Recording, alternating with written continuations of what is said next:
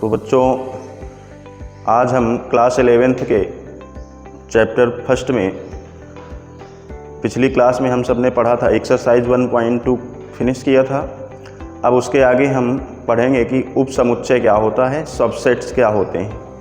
तो आइए देखते हैं सबसेट क्या है। सबसेट्स उप समुच्चय, इसकी डिफिनीशन जानते हैं, फिर हम इनको जानेंगे ये क्या होते हैं।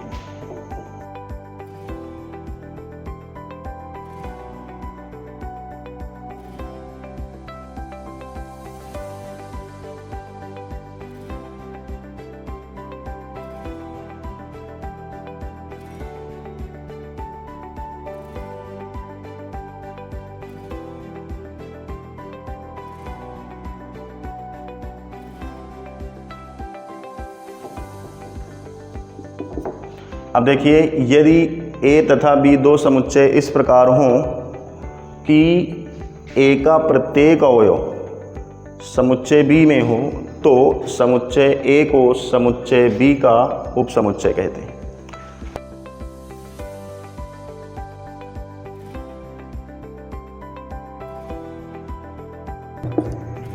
इसे A सबसेट B से निरूपित करते हैं।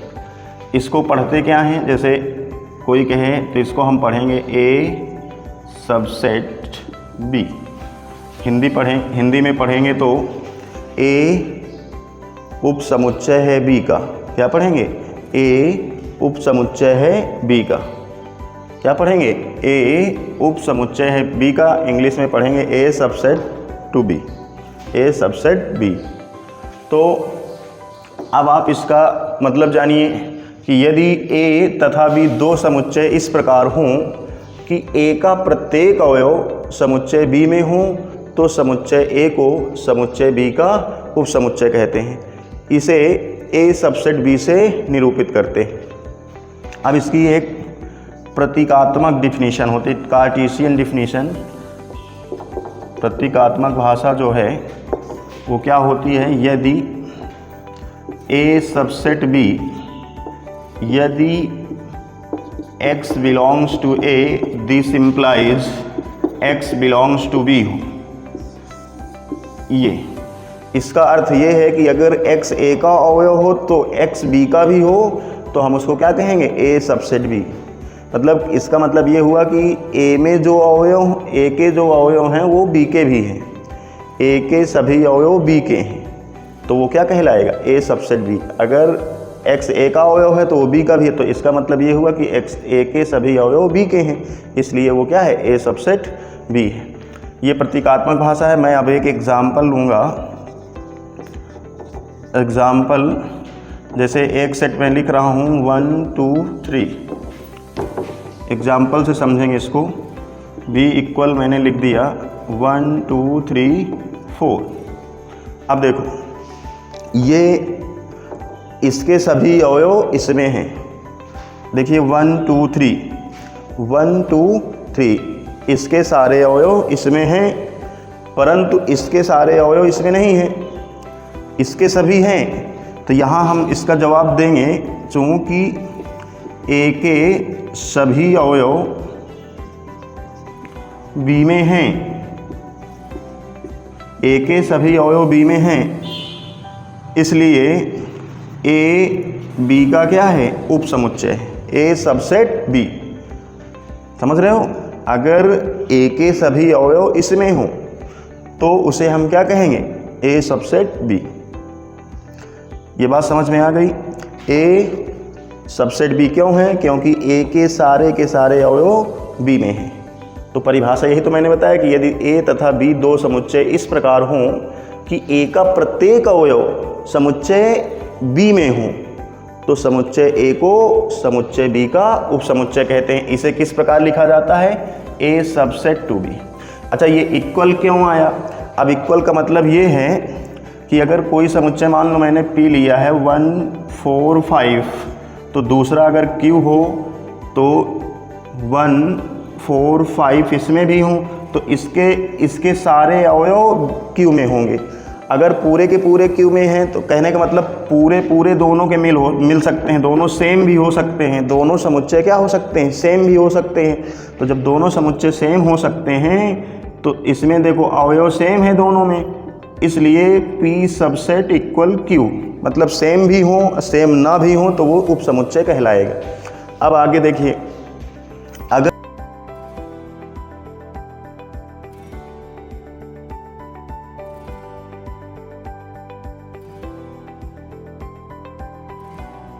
नहीं होगा, यदि A का कोई अवयव ऐसा हो जो B में ना हो तो A B का उप समुच्चय नहीं होगा। इसे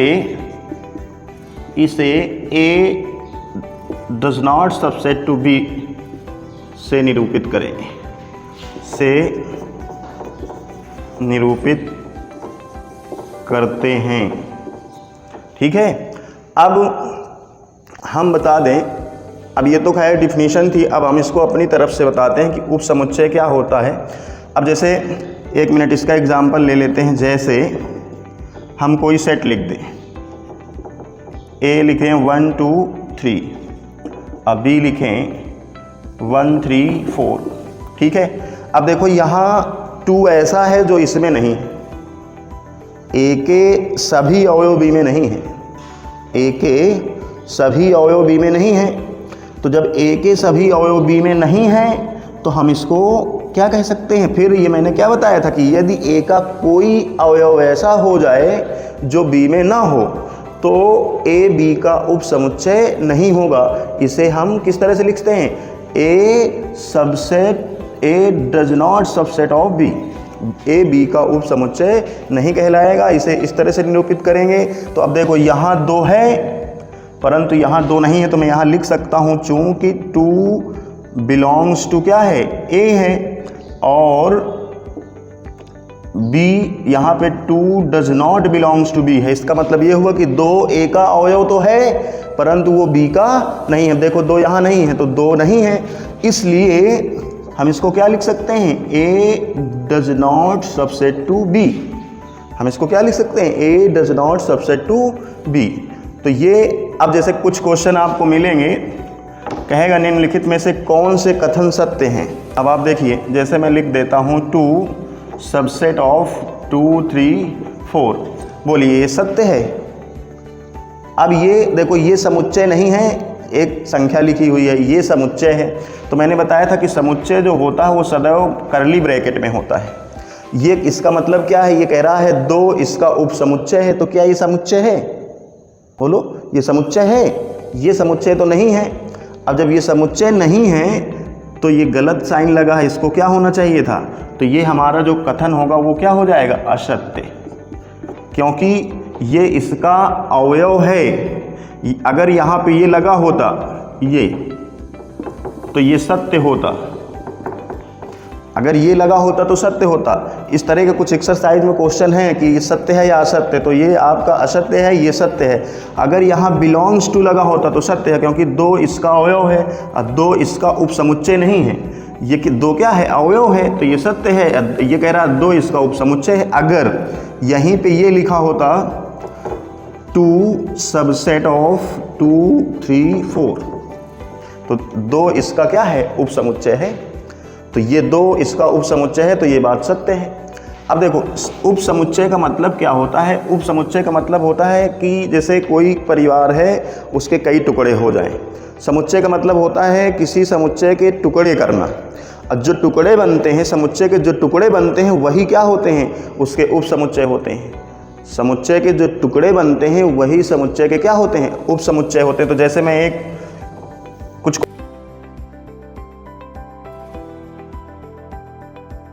ये कहेगा तो इसके उप समुच्चय कैसे लिखेंगे, ध्यान देंगे।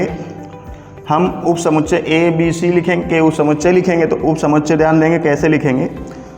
तो उप समुच्चय ध्यान देते हैं कैसे लिखते हैं। अब देखो उप समुच्चय लिखने के लिए मुझको इसके कितने टुकड़े कर सकता हूँ। सबसेट का एक मीनिंग ये भी समझ लो, किसी समुच्चय के एक भाग को उस समुच्चय का उप समुच्चय कहते हैं। समुच्चय का कोई भाग, टुकड़ा, अब जैसे ये समुच्चय है, इसका हम टुकड़ा कर दें तो वो टुकड़ा इसका उप समुच्चय होगा। जैसे हम इसको फाई से लिखते हैं। फाई जो होता है रिक्त समुच्चय होता है। रिक्त समुच्चय सभी समुच्चयों का उप समुच्चय होता है। रिक्त समुच्चय क्या होता है? सभी समुच्चयों का उप समुच्चय होता है रिक्त। जैसे आपसे कोई कहे कि रिक्त क्या ए का उप समुच्चय होगा, तो हाँ पी का होगा। चाहे जिस समुच्चय का उप समुच्चय मतलब रिक्त समुच्चय सभी उप समुच्चयों रिक्त समुच्चय सभी समुच्चयों का उप समुच्चय होता है। तो अब जैसे हमने लिख लिया फाई, अब इसको लिखा, इसके टुकड़े कर रहे हैं। अब हमने इस सदस्य का एक परिवार बना दिया, समुच्चय बना दिया ए। फिर हमने क्या किया, बी का बना दिया। फिर हमने क्या किया, सी का एक टुकड़ा कर दिया। ये देखो, अब ये समुच्चय कहलाएंगे। ये समुच्चय कितने टुकड़े हो गए? 1 2 3 4 टुकड़े हो गए। ये सारे इसके उप समुच्चय। जैसे हम इस समुच्चय की बात करें तो इसके सारे अवयव देखो, इसमें है ए, इसमें भी है, इसमें भी है पूरे में। तो ये ए, ये वाला जो समुच्चय है ये इसका उप समुच्चय हो गया। ये समुच्चय क्या हो गया? इसका उप समुच्चय। अब बी देखो, बी के सभी अवयव इसमें, इस वाले समुच्चय के सभी अवयव बी में हैं, इसके सभी अवयव इसमें हैं, इसके सारे अवयव इसी में। तो ये सारे उप समुच्चय हैं। अब इसके बाद मैं लिखूँगा, एक एक का बन गया। अब 2 2 अलग हो जाएं, 2 2 के टुकड़े बना दो। तो ए कॉमा बी, ठीक है।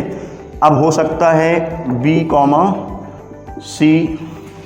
सी कर दिया। अब एक बार ए कॉमा सी कर दो, ठीक है। अब इन तीनों का एक बार सब उप समुच्चय बना दो, ए बी सी। अब देखो ये कितने बन गए? 1 2 3 4 5 6 7 8।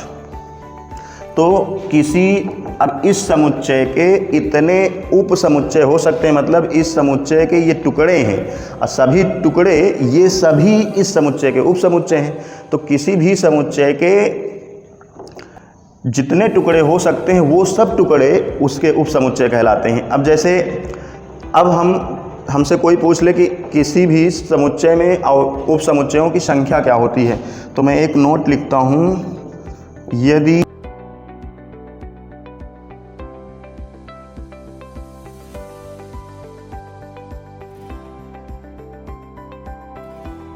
अगर आपसे कोई कहे कि एक समुच्चय है जिसमें कितने अवयव हैं n, तो उसमें उप समुच्चयों की संख्या क्या होगी? यदि किसी समुच्चय में n अवयव हों तो उस समुच्चय के जो उप समुच्चयों की संख्या होगी तो उसमें क्या होगा? तो उसमें उप समुच्चयों की संख्या कितनी होगी?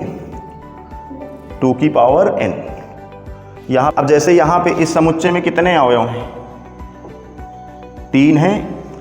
अब जैसे 3 है, हमसे कोई पूछ लेता, जैसे हमसे पूछ लेता कि इसमें कितने उप समुच्चय होंगे, तो हम क्या करते? 2n बराबर क्या है यहाँ? 1 2 3। तो ये 2 की घात में क्या लगा देते? 3। तो 2 की घात क्या आता? 8।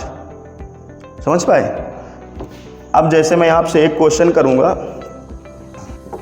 1 2 3 के उप समुच्चय लिखिए। इसके उप समुच्चय लिखेंगे आप, इसको कमेंट बॉक्स में बताएंगे कि उप समुच्चयों की, मैं इसमें क्वेश्चन लिख रहा हूँ, समुच्चय इतने के उप समुच्चयों की संख्या बताओ। जैसे मैं यहाँ पे लिख देता हूँ, मान लो मैंने लिख दिया ये समुच्चय ए के उप समुच्चयों की संख्या बताओ। अब इसमें कितने अवयव हैं? n बराबर कितने हैं? 2। तो उप समुच्चयों की संख्या का सूत्र क्या होता? उप समुच्चयों की संख्या बराबर होता है क्या? 2 की पावर n। उप समुच्चयों की संख्या का सूत्र क्या होता है? 2 की पावर n। तो यहाँ पे कितने अवयव हैं? 1 2। तो n की जगह हम कितना लगा देंगे? 2। तो इसमें कितना हो जाएगा? 4। तो इसके जो उप समुच्चय बनेंगे वो कितने बनेंगे? 4। समझ पाए?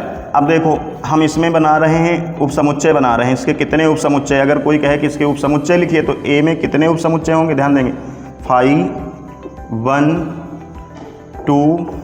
पहले मैंने 1 का बना, 5 तो सभी का होता है, 5 पहले ही लिखेंगे, 5 लिखेंगे, फिर 1 का, फिर 2 का, अलग अलग कर दिया। इस 1 का एक समुच्चय बना दिया, एक 2 का बना दिया। अब क्या करेंगे? इन दोनों का बना देंगे। ठीक है, तो ये इसका क्या हो गया? उप समुच्चय। तो मैं आपसे आपको एक क्वेश्चन दे रहा हूँ, 1 2 3 4। अब इस समुच्चय के उप समुच्चयों की संख्या बताओ।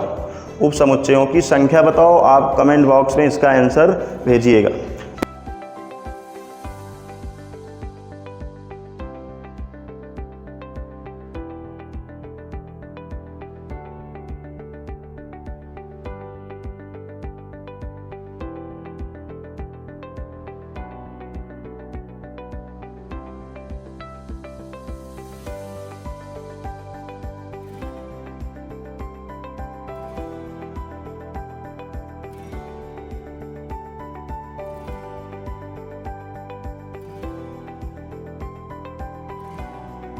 ध्यान देंगे इसमें उसमें क्या अंतर है।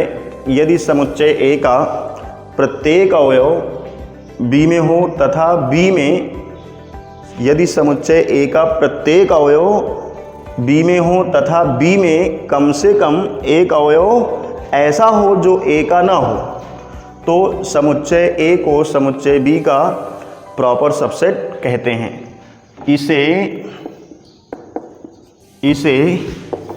ए प्रॉपर सबसेट, इसको क्या पढ़ेंगे, ए प्रॉपर सबसेट बी। इसमें इक्वल नहीं लगाएंगे, उसमें जो हमने उप समुच्चय पढ़ा उसमें ए और बी सेम भी हो सकते हैं, मगर इसमें ए बी सेम नहीं हो सकते। इसे हम इस तरह से निरूपित करेंगे, ए सबसेट बी निरूपित करते हैं। अब प्रतीक में इसकी डिफिनीशन कैसे होगी।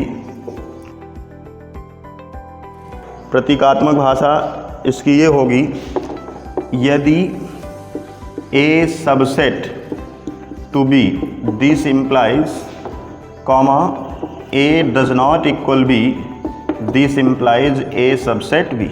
अगर ये ए सबसेट बी हो परंतु ए सबसेट बी हो परंतु ए बराबर बी ना हो, तो ए बी का क्या कहलाता है, प्रॉपर सबसेट। इसको क्या पढ़ेंगे, यदि ए बी का उप समुच्चय हो परंतु वो बराबर ना हो तो वो क्या कहलाएगा, ए बी का उचित समुच्चय कहलाएगा। इसको क्या पढ़ेंगे, समुच्चय ए उचित समुच्चय है बी का, तो इसको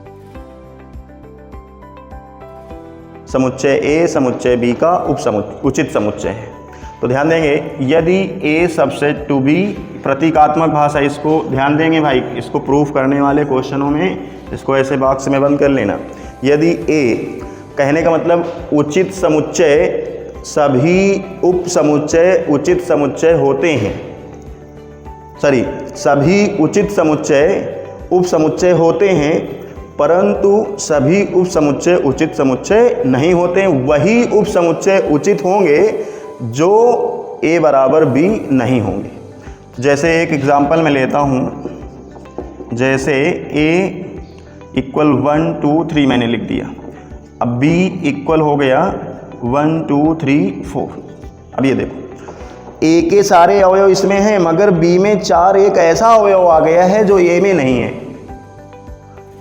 इसमें 4 है, इसमें है 4 नहीं है, तो ए में एक ऐसा अवयव आ गया है बी में जो इसमें नहीं, मगर ए के सारे इसमें है। तो इसका मतलब ये हो गया कि ए प्रॉपर सबसेट बी, अर्थात इसका मतलब ये है, इसका मतलब ये निकला कि ए बराबर बी नहीं है और इसके सभी अवयव इसमें हैं, इसलिए ये क्या है, ए प्रॉपर सबसेट टू बी। इसको हम क्या कहेंगे, ए प्रॉपर सबसेट टू बी।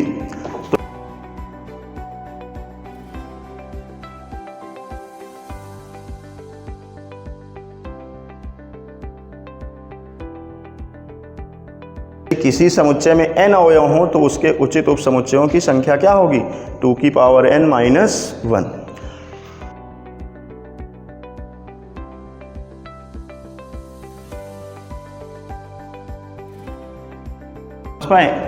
रिक्त समुच्चय जो होगा, चाहे जो समुच्चय होगा वो सभी का उप समुच्चय होगा, अर्थात मैं इसको लिख दूंगा फाई सबसेट ए।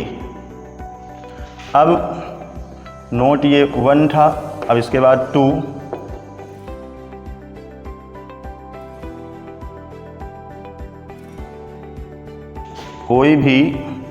कोई समुच्चय स्वयं का, यहाँ पे भी लिख लेना, कोई भी समुच्चय स्वयं का उप समुच्चय होता है, अर्थात ए सबसेट टू ए।